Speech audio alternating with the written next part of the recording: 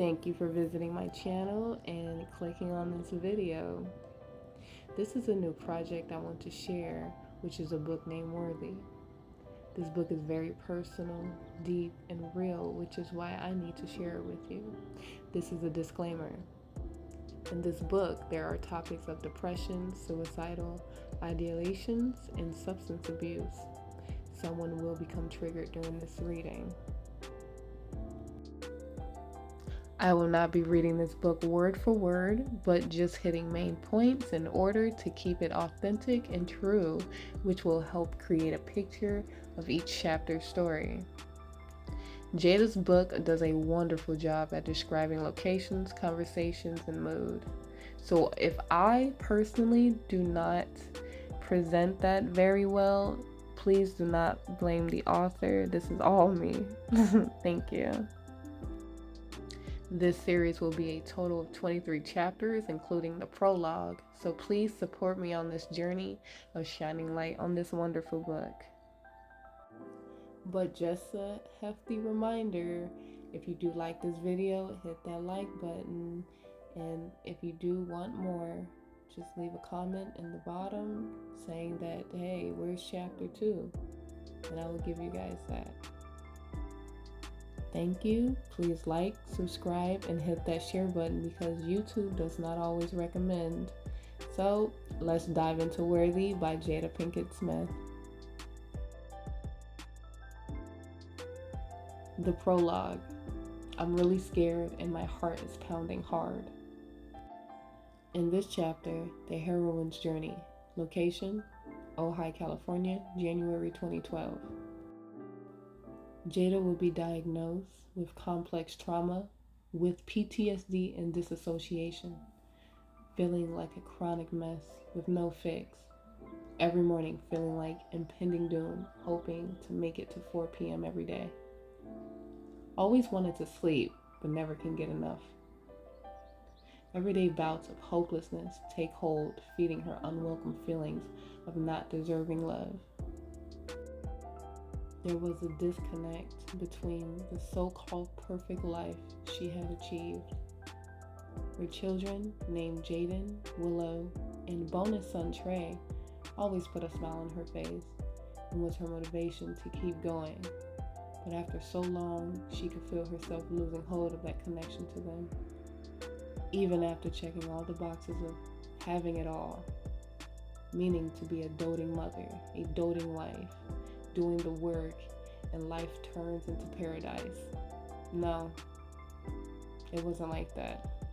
On paper, it all looked so grand. Even these things did not prevent her from hitting that wall.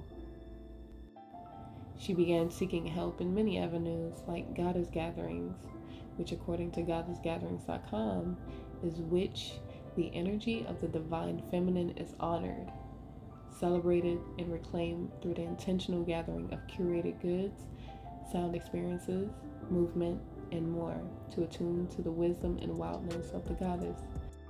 She even tried silent yoga, backpacking alone, and studying every religion possible, even visiting Cuba to meet with Padrino, which is an initiator in Santeria. None of these offered lasting solutions. Nothing was good for a while, and the woes of life were still hitting harder. Her and Will were not in a good place in the relationship, and no matter how hard they tried, they couldn't bear to hear or see each other at all.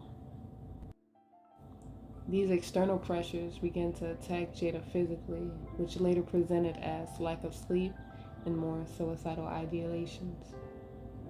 These thoughts were so deep, she began to actually find comfort in these thoughts and began to create a plan.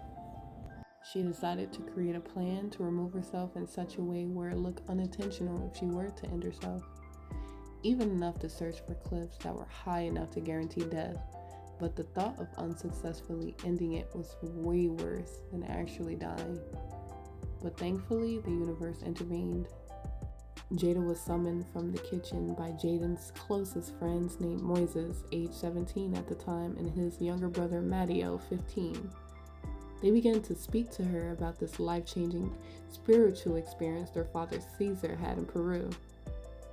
Caesar went to Peru to experience ayahuasca for 11 days.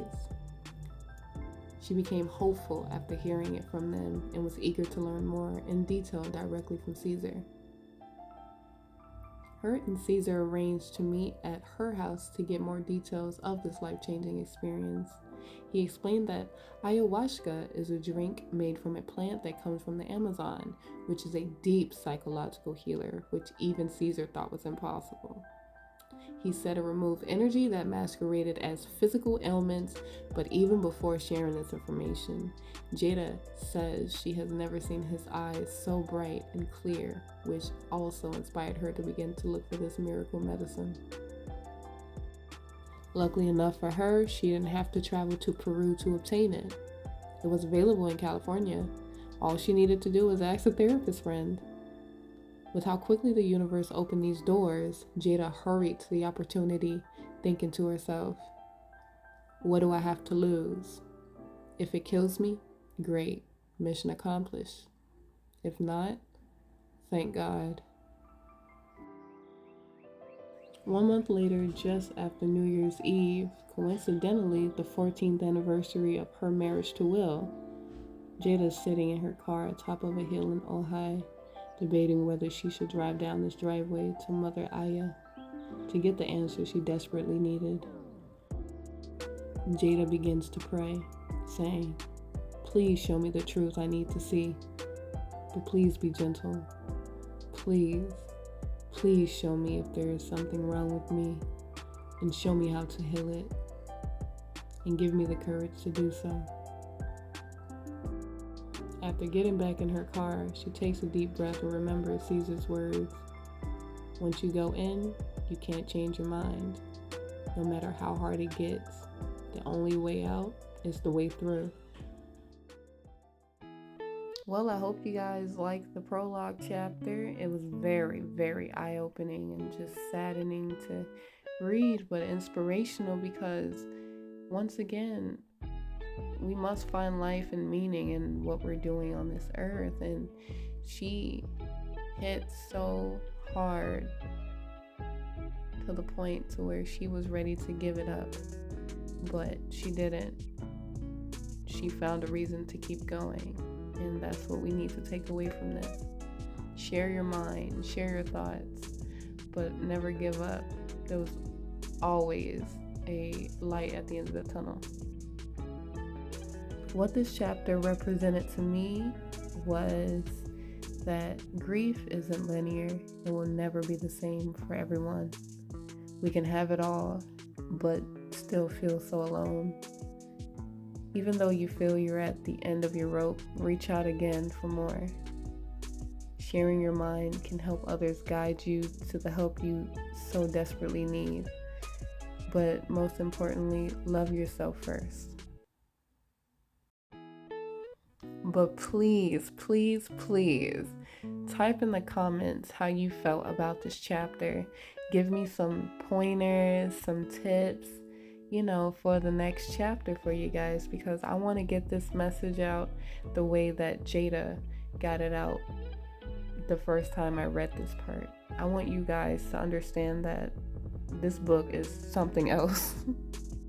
I'll leave a link for the book if you want it in my description, and just, let's vibe out, but positively. Love you guys, and I appreciate you clicking on this video in the first place. Don't forget to hit that like button.